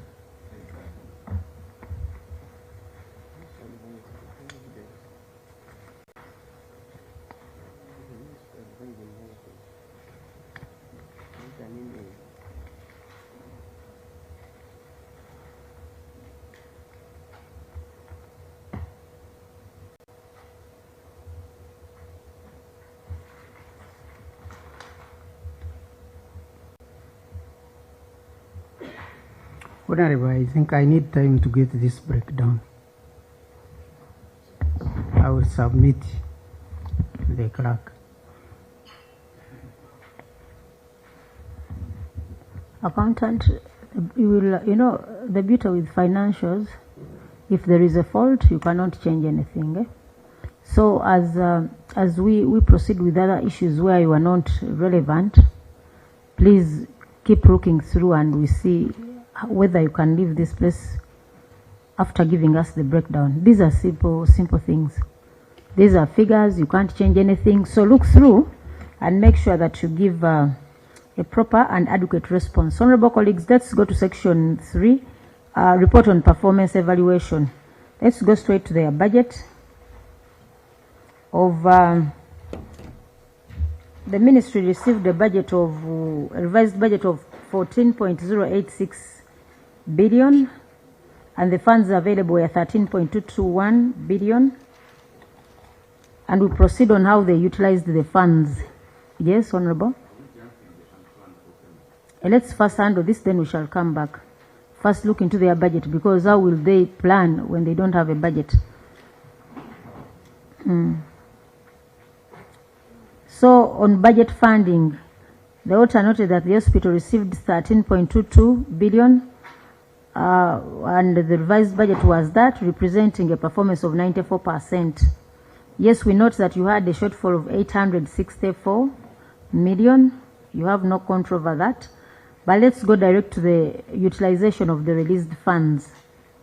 You have unutilized funds of 586 million. This was for human capital. Is this still for staff? For staff, it's consequential. Delivery of services from implemented activities. The auditor undertook physical inspection of 3 activities worth 24. Worth 24 is this billion? Worth 24 billion. Can it be 24? You serve a component. True. We have honorable colleagues look at that appendix 1 and see what is there. Non-prioritization of essential projects results in delay of completion of pending and impeding the delivery of critical services such as education. What is the matter? Okay, let's accounting officer, explain the delay, this 24.926 million. I'm looking at the matter. The accounting officer explained that the hospital had not received capital development funds. It comes back to the other project. It didn't come out well. So, honorable colleagues, that 24 billion goes back to the MCH project, but we can track it further. And these are the utilization of non-current assets. Those you can leave. It will come back under. Let's first consider this maintenance and of medical equipment. We shall handle that under the item of these stayed projects of the MCH and the staff units. Let's go to 3.3, maintenance of medical equipment and ambulances. Utilization and maintenance of medical equipment and ambulances. 3.31, in the last 3 years, you received 502 million to facilitate that activity. However, number 1, you have idle and non-operational medical equipment. The auditor noted that noted that UPDF supplied you. Is this the oxygen plant? Honorable colleagues, the oxygen plant that is idle, should we go back on this? 9, utilization of the equipment was contributed to lack of funds to repair and maintain the broken down machine. Then lack of operational funds to operationalize the hospital's private wing. Inadequate skilled personnel. Speak to the idle oxygen plant, because you have 2 categories. You have the old one, then you have the UPDF one. So, explain, sir. Chair, as explained earlier, the oxygen plants are 3. The 2 are already in use. That is one supplied by Ministry of Health, which is now older, and its capacity has dropped considerably from 15 cubic meters per hour to less than 8. Chair, the one for UPDF, as explained earlier, the equipment is not installed. The construction is finished, wiring is done, equipment on site, but it is not yet installed. In regard to the follow-up, because that is idle capital. 2 years, some works are complete, but pending installation. Chair, I think I will get my communications to the ministry about it and submit to the clerk those documents. But in accounting officer, somebody can ask, what did you come to do? Because it remained as a query. That means you ought to have moved with whichever document that is at your disposal to convince the committee to drop this query. So if you don't have, from the appendices that you have, is there anything that speaks to these oxygen plants in regard to the follow-up by the accounting officer? Chair, apparently no. It's not there. That's true. So if no, that is an omission. Please do submit. Colleagues, this side accounting officer, when you come to accountability committees where you have a query, your responsibility is to submit the relevant documentation to convince the committee to drop this. Otherwise, when you come with having listed these the responses without documentation, I mean, you leave us with no option than maintaining the query. So please have this submitted. Next week, Tuesday, you liaise with the clerk and have this submitted to through the clerk. Yes, Honorable. Because we are told the UPDF very, very efficient. What is the problem? Because this one here is not again about construction. It's just about connecting, installation. What's the problem? What are they saying? I think they started with the Kayunga, and the Kayunga is finished. They must be in another site. What have they said in your communication with? They always tell me that they are coming to install. They are coming to install. Because this is mostly... When was the last time you communicated with them? We had a meeting, I think... when was the last site meeting? With the radiology? Last month. That was when we had a joint... if one can practically ask... Because this because what is the percentage performance? What is remaining? Because one would wonder, what is practically remaining? And what does it cost them to come and connect? What is the problem? We are trying to find out. Because connection is connection. What does it take them to connect? Because for me, I would think if it's water, you put a meter and connect to water. So for you, what is the connection and how should you be helped? Yeah. Chair, I beg to give you some bit of history about these oxygen plants. I was serving in Moroto during the time of COVID. That is when Ministry of Health saw relevance of installation of oxygen plants in all regional referral hospitals. Which was good. And they saw it fit to take it up as Ministry of Health. So we were on ground, we were just told to identify space where these oxygen plants were to be constructed. The contract and all arrangement between Ministry of Health and the UPDF, the hospital leadership was not involved. Okay. So for us, what we've been doing is following up wherever we get an opportunity to discuss with them. But that is the genesis of these oxygen plants. We want to learn from you. Because we know there are several activities that are handled by the ministry, procurement is done by the ministry, then they send you a service provider. At the time of sending a service provider, what documentation does that service provider come with? Number 2, what is the responsibility of you, the recipient, the receiving entity? What is your responsibility in that contract? Because I believe when it comes to the contract management team, you are somewhere, you are part. You are part. So that's where we expect that during this reporting, you are involved. And I know when the contractor is sent to your place, even they deliver contract documents so that you can ably follow up. If they don't do, then that is a weakness. Honorable Saungu. Madam Chair, I think Minister of Health hasn't yet come. And the issues dealing with UPDF are under directives, and we have raised a number of complaints, not in health, education, but under directives. I have seen even the auditors were asking the director to liaise with UPDF, where he has no link between him, and them. It is our duty as a committee to have a full evaluation of all UPDF contracts, how they have been run, and the competence they have. But when you tell that doctor to demand from UPDF, unasema kama nani? Wewe, whom are you asking in UPDF? Construction brigade, these are directives. They are not going through PPDA, and we know the source of the directives. Me, I would pray that as a committee, we keep our fire until health comes here. But you as the regional referral, have you been writing to the PS, your immediate supervisor? Do they have the address? No, the PS of Ministry of Health.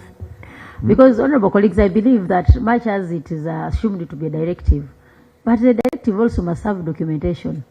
Because if it's a directive, you can say this because I want to understand, it's the ministry that pays still, so they remain with everything. So the person comes, UPDF comes with their materials. For you don't have access to anything. You don't have their documentation. Because when you put this on record, they will come here and they will castigate you for giving false information. So once you are given a contractor, okay, say UPDF came to Masaka, what did they come with? As by then I was in Moroto. I was not in Masaka. But as I told you, even clerk of works are from Ministry of Health and UPDF. Even site engineers, those who are monitoring sites. For us, we do like oversight roles. Eyes on, hands off. Chair, they are the beneficiaries. I don't buy the idea of Honorable and when the gentleman is talking about. I think you have just, we know this history because this is not about, because it's not the first thing we are hearing about UPDF handling regional hospitals in the schools, because that history that you're just taking us back. Our concern is the equipment is there. We're saying, as supposed to be a beneficiary to be, what have you done? Whether with the UPDF or what, find out, say, this equipment is here, it's idle. It's now coming to a year. Okay. It's coming to a year since the audit. What is it? Because if you take it like that, let me not take it that you don't even bother now that the UPDF was not there. You people are not bothered whether, even if the bushes are covering the place, you don't mind if it was a site where they are constructing a building. You know, because I've seen that happen. People tend to say, no, they have not yet handed over to us. We're still waiting. I've seen that happen in some places. I hope it is not happening there. You should have interest as interested person, like we have picked interest here. That is, the equipment is like, because we have seen the pictures here, the equipment is there. How long does it take to connect this? So you tell us, they say this is how far we have done. Then we see how to take up either with the Minister of Health, because even this committee can call those guys of the engineering brigade. Say, you are responsible for this. What's happened? We even have colleagues here. We have colleagues here who represent UPDF. Sometimes we use them. We use them.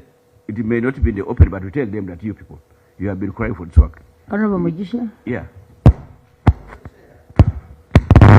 Accountability committees are committees of record. And so if you say you have been trying to talk to them, you have been engaging them, where is the evidence? That we just wrote to them, this is how they responded. So then we know it is not your problem. At least you have interest, you have put some effort, there is something you've done. Because for me as a person who is coming for service, when I'm told of a referral hospital, I know more staff, bigger capacity, more equipment, more efficiency. I don't want to know there is a facility that is just idle. So I want to see what effort. So you said, were you calling them? Did you send an email? Honorable what have you done? Madam Chair. Madam Chair. Honorable Kwang is on the floor. Honorable Chair, I vividly remember interacting with these people here in Moroto on the same thing. And we found the machines, all were put there. I again asked them, in Moroto. When UPDF, for example, engineering brigade is a contractor, and when a contractor comes to your home or somebody comes to your home, do you just allow somebody to enter and do anything without you acknowledging or knowing what the reason is? We ask them, do you ask from Ministry of Health, where are those correspondences that the Ministry of Health has told you this particular contractor is coming to do this and the time frame is this? And they seem to be seeing UPDF as some angel somewhere. So sometimes I would love to say that you, the beneficiary institutions, should be able to bring out the gaps such that they are addressed. When you keep, like that one had stayed for long, 2 years in Moroto. Mhm. So I think it should be the same thing. Have you got any way forward to ensure that these items which are bought are functional? Because they can easily be obsolete by the time they are open. Chair. Thank you, Honorable. You see, Honorable Sewungu. Honorable members and Honorable Elijah, for me, I inspirited myself trying to help these people. The only remedy they have is writing to their immediate supervisor and copying to UPDF brigade. Simple. Why? You members, we went together, those who were here by then. We went to visit him. We are region. Is it a hospital as well? When I was there, I visited that hospital, and you know the challenges around it. I don't know how far it has gone now. We saw things which are seated and they're not going on. And as a committee, we must take note, but the first answer from them, have they written to their mother ministry? UPDF, you will tell me whatever to make me happy, but me, I don't need appeasements here. You are not writing to them because you said eyes on, hands off. You are not involved in the contract. You are not involved in the directive, but you are waiting for service are completed and you start utilization. So that delay, your answer and remedy is writing to the PS and the Ministers of Health, and you copy to the brigade to know that work is not going on. Then as a committee, we must take a full evaluation of all these contracts we are seeing under our, including whether education that have been installed as a result of having been given to UPDF, and work is not going on. You see, the moment government decides to construct this kind of plant, it must have a limited time of construction and start serving people. Okay. Once it stalls and it becomes an OT query, then there is wasteful expenditure. Thank you, Honorable. Honorable colleagues, Yeah. we take note of contracts that are awarded centrally, then contractors are sent to local governments. For me, the little experience that I have in some of these, we had a contract in Zimbabwe. People came from the Ministry of Energy. They were supposed to install power in some of my areas, including Matete Town Council. When they went to the district endeavored to ask them, where is the contract document, so that we can make a follow-up on how many polls are we supposed to receive, so that you also monitor. I'm telling you the arrogance that these contractors come with from the ministry. You know how local governments are, much as this is regional is central, but you know how they brag, asking UPDF for a document. Even these might fear to ask for the document. People come, it looks as if they are helping you to give a service. So we must also know the structural challenges that these ones face, but also to inform the Ministry of Health and UPDF that there must be a cordial working relationship between with them and the receiving entities. In any case, once you get a contract, you must carry all the documentation to the receiving entity so that they can also do a follow-up. But the challenge is, when they are moved down, they don't, for them it looks as if these ones have no obligation with them. That's why he's telling you, eyes on, hands off, tojikwatako, which wouldn't be the case. And contract management these ones would hold 70% of ensuring, because the contract is theirs, it's not for the ministry. So, Honorable Elijah, as we conclude on this. Yeah. Just like from picking up from where you stated, that's why I wanted to come, because I am assuming that the ministry even gives them a copy of the contract between the ministry and UPDF. Do you have a copy of? You don't have? We don't have. You're supposed to be having, at least you can ask your So, Honorable, that's what we are saying. That's what because I was asking that because even I think this committee, I think sometimes we need to ask for these documents, agreements between the ministries and UPDF and see what is the type of contract they enter in. Because you may find like here, the company that supplied the equipment, maybe in the contract could have said the one who supplies the equipment is the one to install. You have global gases here. You may find could have been the ones because assume because they could be the ones having the technical knowledge even beyond. So those things could have been picked up in the contract. But now we don't know whether the supplier was the one who was supposed to install or if it was UPDF or what. So because they are the ones who are technical in this area. Thank you, Honorable. I think that's what we need to push to the ministry. The take home is we should, as we intervene, we interface with the Ministry of Health and even Education for all these contracts that are awarded from the center and contracts that are sent to the ground. They must know that the beneficiary must be brought on board. This tendency of sending a contract and you think you are observers, that kind of treatment must stop. For me, I experienced it in Zimbabwe. We failed to monitor the polls. Guys came, installed the polls, ran away. You could not, as a leader in the area, say, count the number of polls to make sure that you have received the appropriate number of, you could not. Even with the city schools, the same problem. Even with the city. But Chairperson, maybe, I don't know whether the Auditor General gets, they got access to these documents, the contracts, because they should be when they are looking at this.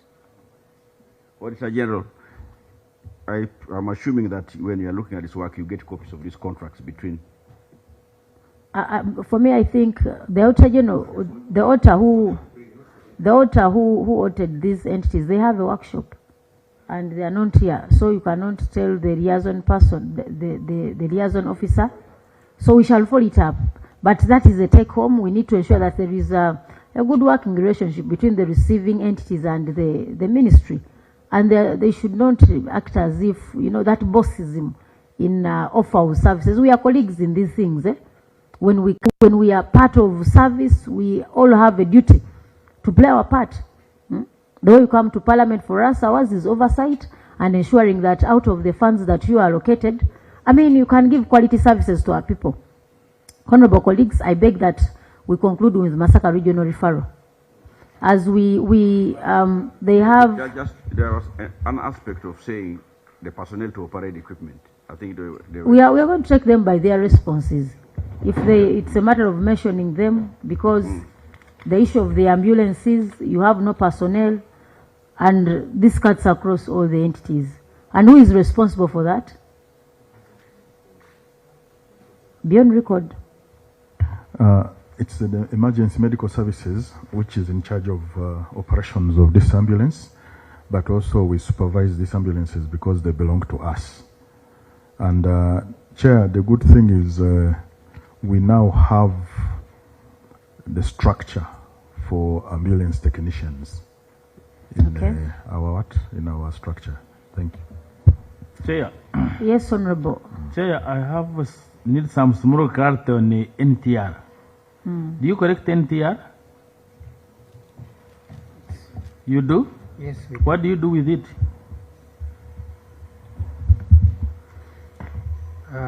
When we correct the NTR, it is submitted to the Uganda Consolidated Fund and is consolidated with the rest of the budget. So I want you to look at page 9.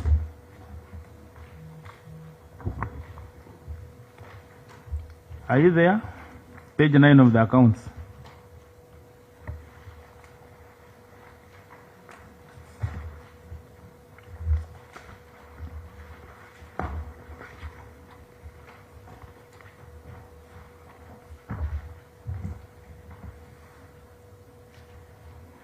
You are there?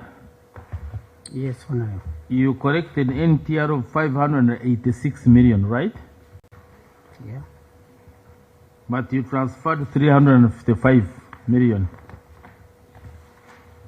It's on the same page. See up and down. Is that correct? Yes, Honorable. So 230 million was not remitted to UC, to Consolidated Fund. Where is it?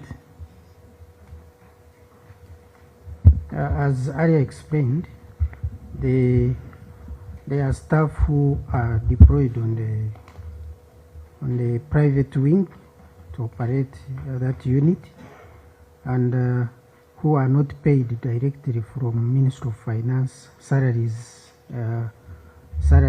item. So these members of private wing staff are paid from the allowances item, but paid their salaries. And who's supposed to budget for that? We do.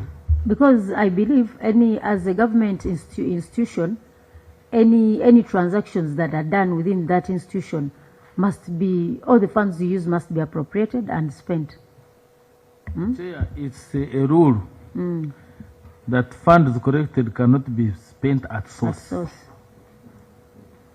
So if you have been an exceptional case and you are allowed to spend on source, you need to provide that evidence from the Accountant General, and then we shall take it up with the Accountant General why you are an exception. But you see, Chairperson, last year again, this very gentleman had issue over the same. I was even arrested here. I thought this time things would be better. You are repeating same mistake. The issue of non-tax revenue. Do you want to be taken the second time on the same matter? Because now your behavior that way, it's like you're not bothered with what we are telling you. Spending at source. Spending at source. Why have you done the same thing? Maybe let me put the question that way. Why have you repeated the same mistake? Because if you keep repeating the same mistakes, like you are doing things with impunity, can you tell us why you continuously continue doing breaking the law, despite being warned, even to the extent of being taken to make statements? Where is the problem? Has NTR been brought up in this report? If not, Salongo, we need to have the audit on board who audited these ones on NTR, and we see why NTR for Masaka didn't come up. Because I've seen a component of NTR for all the referral hospitals. So is Masaka exceptional? Yeah, make sure we are going to reserve you time for explanation of your NTR, but the auditor needs to, because they are the ones who scrutinize the operations of that entity. So you have to, sir, the fact that that same matter appeared last time, you'll need to give a detailed explanation as to why you spend at source. It's outside the law and purely unacceptable. But I will just put a question to him. Why the second time? Well, maybe we need to answer. Maybe there's a problem or you have an answer. Because we cautioned you, we warned you last time. So why have you repeated? Maybe there's something we don't know.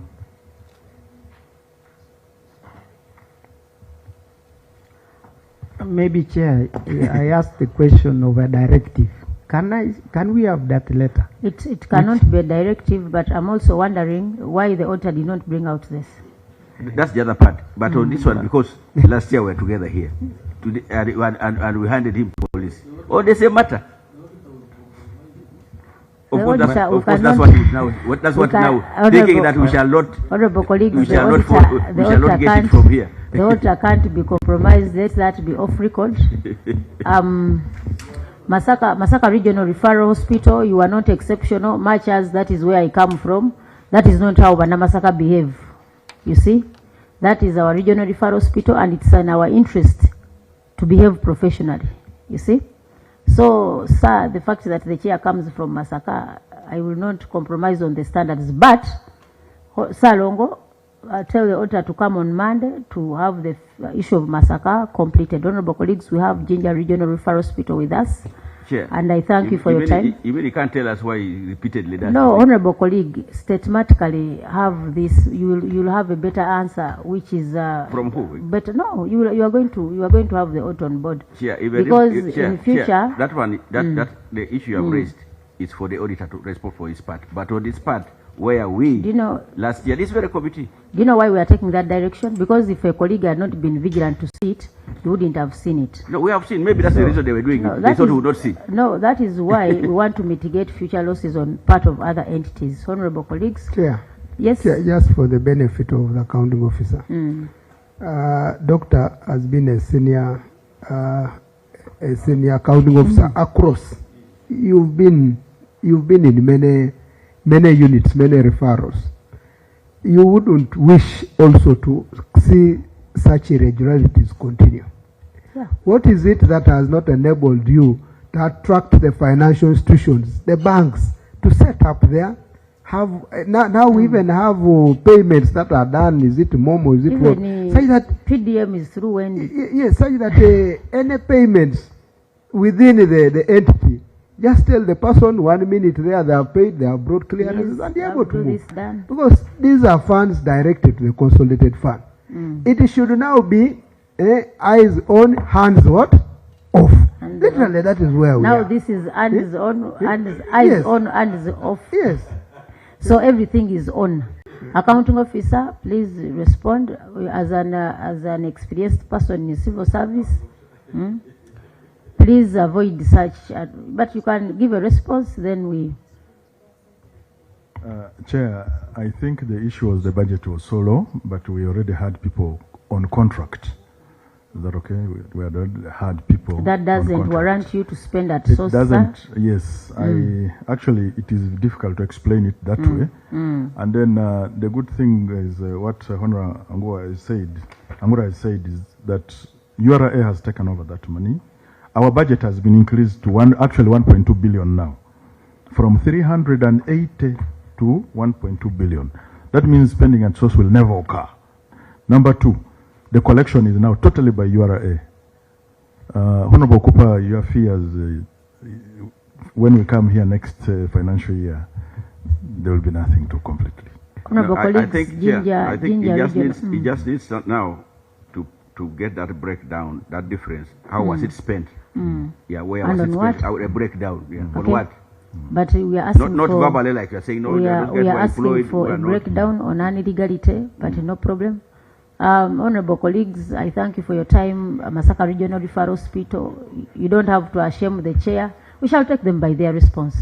We have Ginger, you have most two entities. So, honorable colleagues, I believe we've given justice to this entity. Sir, we have serious interest in Masaka. And in Masaka, much as we are not a land of milk and honey, but historically, Masaka is a city of Sabasajja. So you must know that it's a strategic city in this country. Though people think the West is the most strategic, but you are the heart of Buganda. So please don't shame us. You can do better. Masaka region is exceptional and different. So we should be seen to do things differently. Though, honorable colleagues, we take note of the inadequate funding in Masaka Regional Referral Hospital. We are going to take forward the delay in completion of the staff unit. The 23% staffing is too low. The type C ambulance, we have taken note, and also the watercraft. The watercraft, we have taken note. The burns unit, that cuts across, not for Masaka Regional Referral Hospital alone. Burns are everywhere. So the country needs to see, the ministry needs to see how to decentralize these services. Because it is Chirudu, and you saw, they also say they are overwhelmed. They are overwhelmed and they don't have adequate space to handle most of these. But as we also pick interest on the methodology that is used to allocate funds to referral hospitals. As I said, we had in Agulu here, with a population estimated of 4 million, but having a budget of 13 billion. You had in Barra here an estimation of a population of 6.7 plus 2 refugee camps. They have a budget of 17 billion. Masaka comes. What is the expected budget for next financial year? Has it improved? Yes, Chair. It improved in component of wage. On a component of wage. So we take note of Madam the Chair, inadequate. Yes, for your information, you're yet to receive Mobende Regional Referral Hospital, which has a budget of just 250 million. On capital. So, honorable colleagues, we take the serious underfunding for regional referral hospitals. We need to really, this is an area that we cannot compromise. We need to fight so hard to ensure that regional referral hospitals are funded. Sir, that vice of collecting money from patients, please take care. And that tent in front of the maternity wing of the neonates, please ensure that those people have at least a more decent, I don't know how you'll improvise, but when you get to that place when it has rained, you feel sorry for the mothers. So, the Cancer Institute in Mulago. So I will not say that Masaka Regional Referral Hospital is in hospital, but you are equally in hospital when it comes to the maternity section. We are doing badly. Maternity, neonatal. Actually, we have the oldest buildings in this country, as old as 1943. 1947, 44. They are old, very small. The wards are very small. The hospital is very congested. So, honorable colleagues, you also have to lobby for us, as you also tell me to lobby for your areas.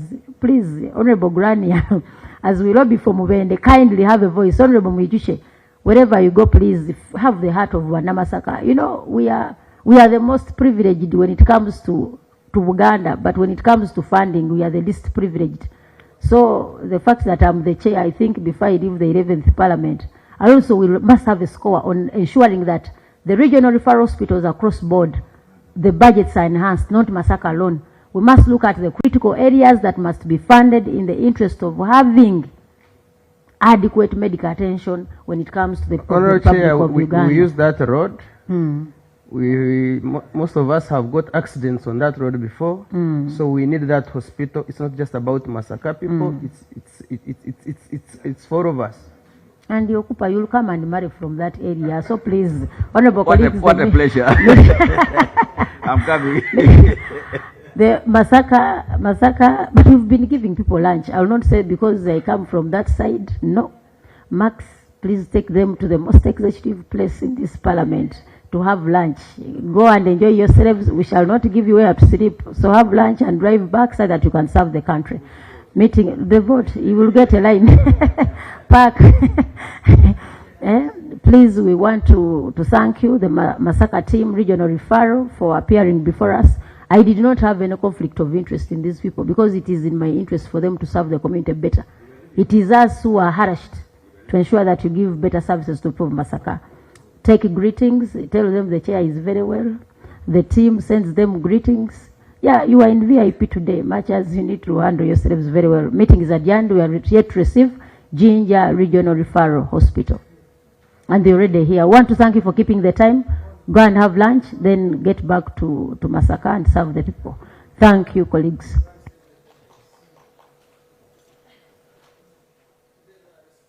Members who have a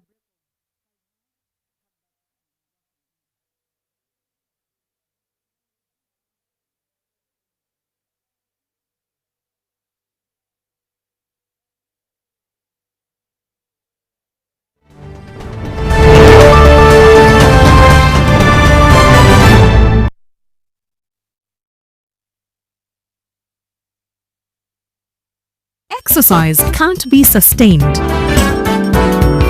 Eating can't be stopped. It's even harder to